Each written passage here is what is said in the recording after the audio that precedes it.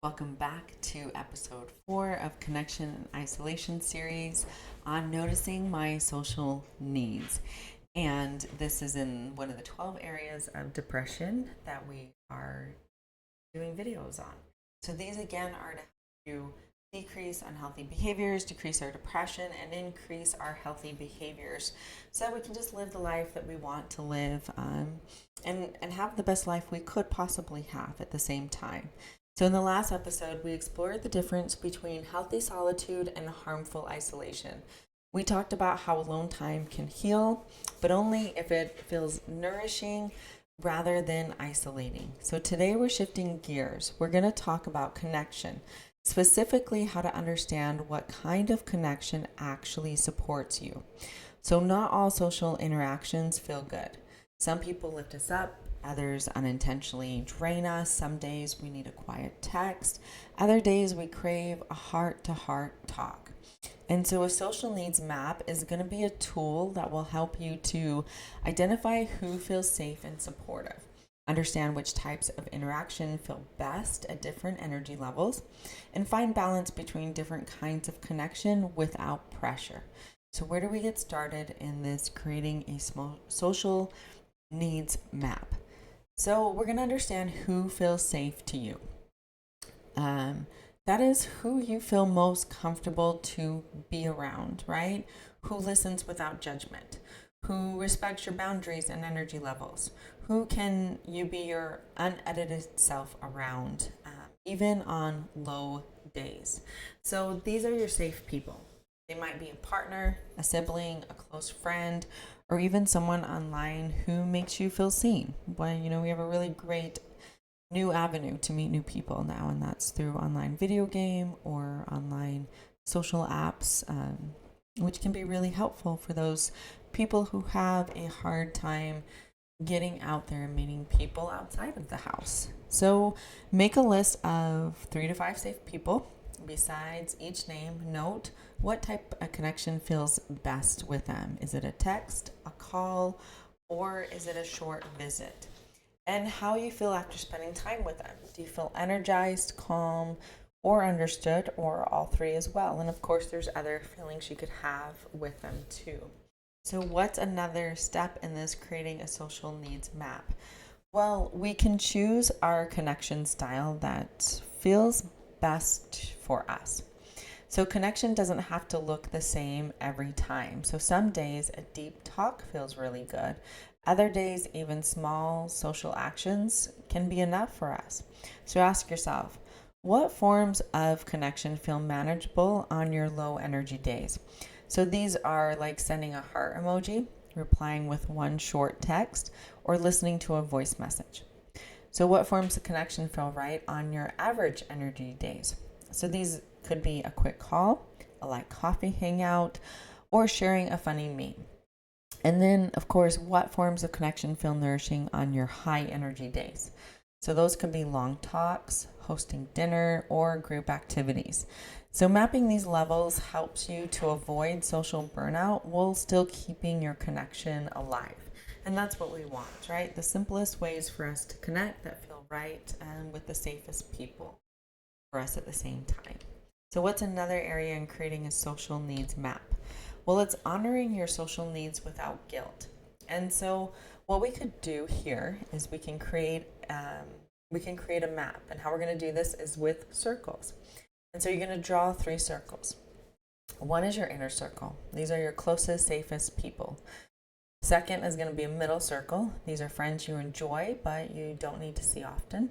And your outer circle. These are going to be acquaintances or light social ties like neighbors and online groups. So assign connection styles here. So for each circle, decide what type of connection feels natural. If you're in a circle, is it deep talks and honest sharing? And this is like vulnerable sharing at times as well. So you may have an inner circle, right? Your inner circle may not be full vulnerability. So you might want a smaller circle on top of this where you can be vulnerable to certain people. Middle circle, fun chats, light text. Outer circle, casual interactions, brief check-ins. And so add a weekly check-in. Look at your map and ask, who would feel good to connect with this week? What's one small way I can reach out without overwhelming myself? This approach lets you be intentional rather than reactive with your social energy. Sometimes having worksheets or drawing, something visual really does help us when it comes to visualizing what we need and what people are in our lives, right? Or reframing our thoughts or changing our behaviors. A multitude of things can help with the visual aspect. And then when it comes to our circles, know that the people inside your circles can and will change. If somebody's in your inner circle, maybe they get bumped to your outer circle. Somebody in your outer circle becomes your middle circle, and middle circle becomes your inner circle. Or somebody in one of those circles that you have drops out completely, and you no longer, their season is over in your life, and they're no longer in it, so they wouldn't be in a circle. Maybe you meet somebody new, you start them out in your outer circle. And so this is really a flexible and a good thing because not everybody stays all the time, and sometimes trust is broken, but then sometimes trust is also built. So keep that in mind when you're creating this map for yourself. So here we are at the end, so let's recap and wrap up. Social needs map helps you understand who and what nourishes you without draining your limited energy. Not all connection needs to be big or heavy. Even small interactions matter. And when you know who feels safe, you can reach out more easily and let go of guilt.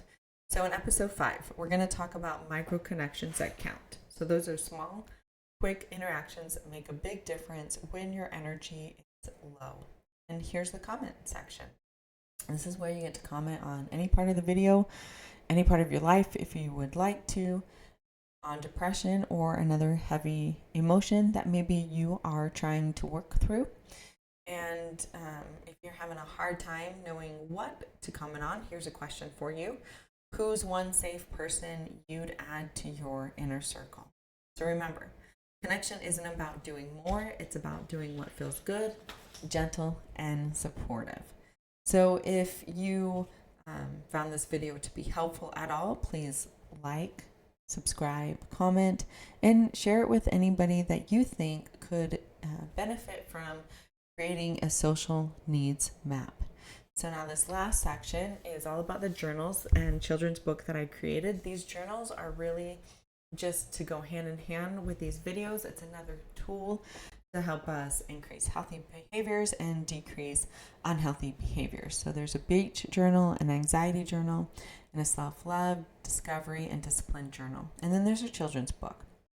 And this one will help your kids discover what is bravery, what is courage, and what is spark inside of them. And then on the back, there's of course worksheets for them as well, which they may need help with. But these worksheets, they get to write down their own bravery and what is their own courage and when have they had their own spark. And this will hopefully help them visualize what they, the things that they need to help them, right? So the positive things in their life, and then they can hopefully continue to go that way. Thank you for watching this video.